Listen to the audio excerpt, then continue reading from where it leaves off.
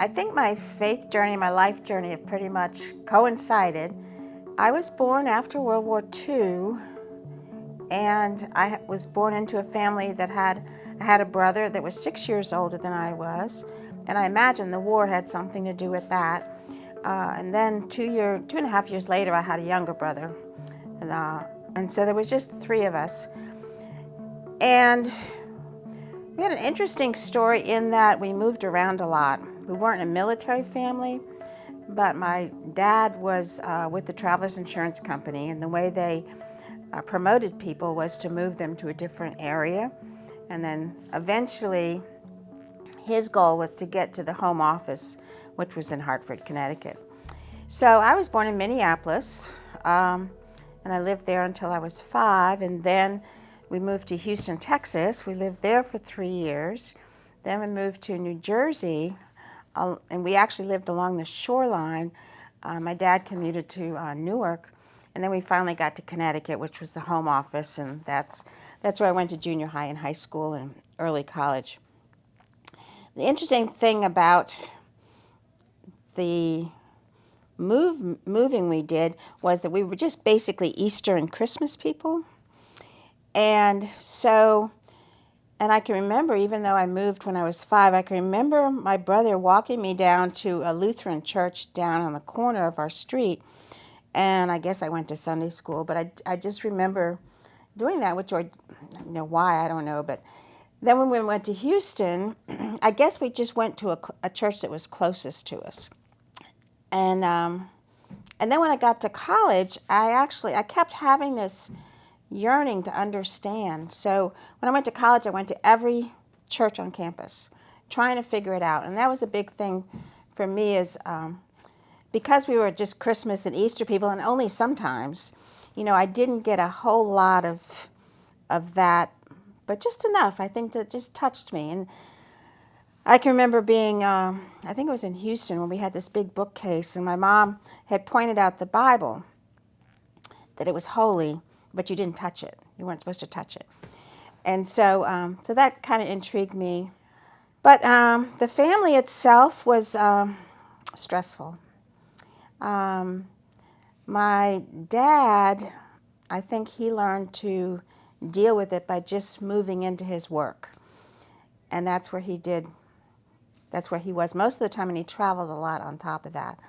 So my mom was the disciplinarian, and she was very strict in her demands and her expectations, and so it was hard, because until I started going to counseling, I didn't realize that what was happening when I was growing up was actually physical and mental abuse.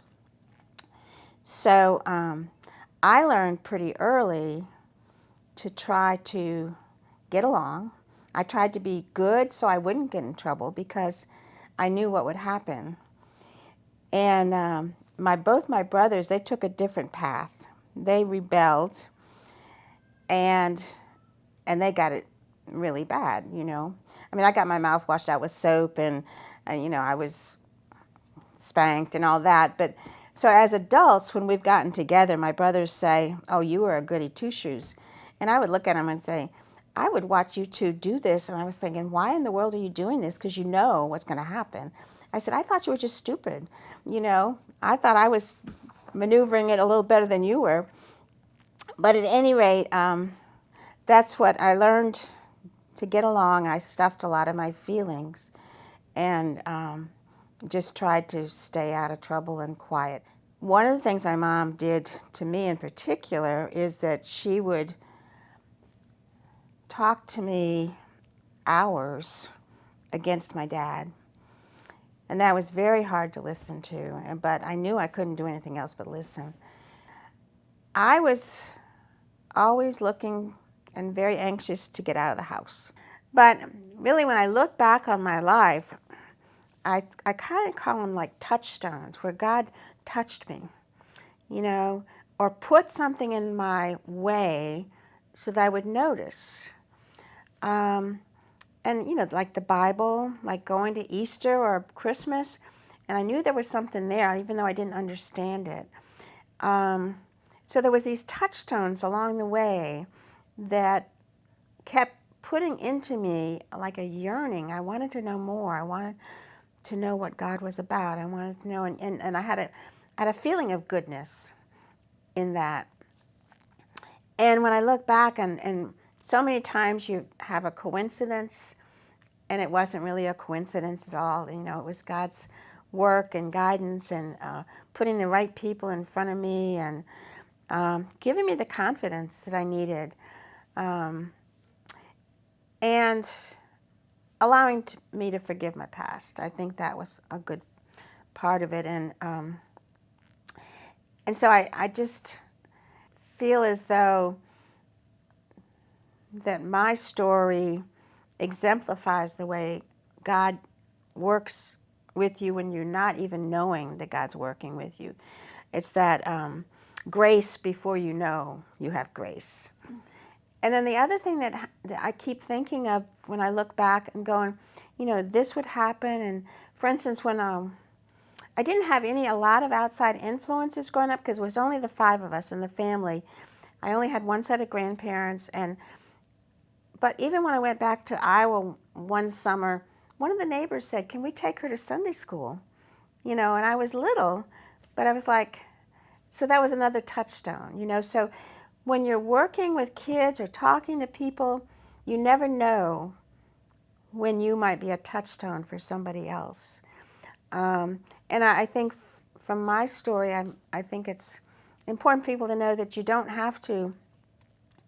You can move out of your family of origin, or you can move out of some of the hurts, and move forward, you know, and it doesn't have to hold you back. So I just think God's always been with me and continues to be with me.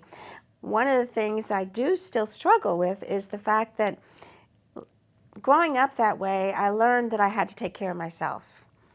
Because my mom, I knew there was something wrong there. I wasn't sure what it was, but although I know she loved me, but it didn't seem right. My dad was, you know, where he was, and they were both imperfect humans, just like I am. And but I knew God was always with me, guiding me and moving me forward. And I still feel that. Because I had to take care of myself so much at the time, I have a hard time surrendering to God. So I have to ask every day, you know, let me release, let me know that, you know, you're in control and I'm not in control. And that's a struggle, you know, because I want to tell God, I think this might be a good thing for you to do, and then chuckle at myself. God's always with you. You can depend on that. And although His timing is not always the timing you want, you can be patient, you can ask, and, you know, really let Him hold your hand. Let Him be your Father, and let you be the child, because you are a child of God, and no matter what your age. So just know that God's with you and He loves you.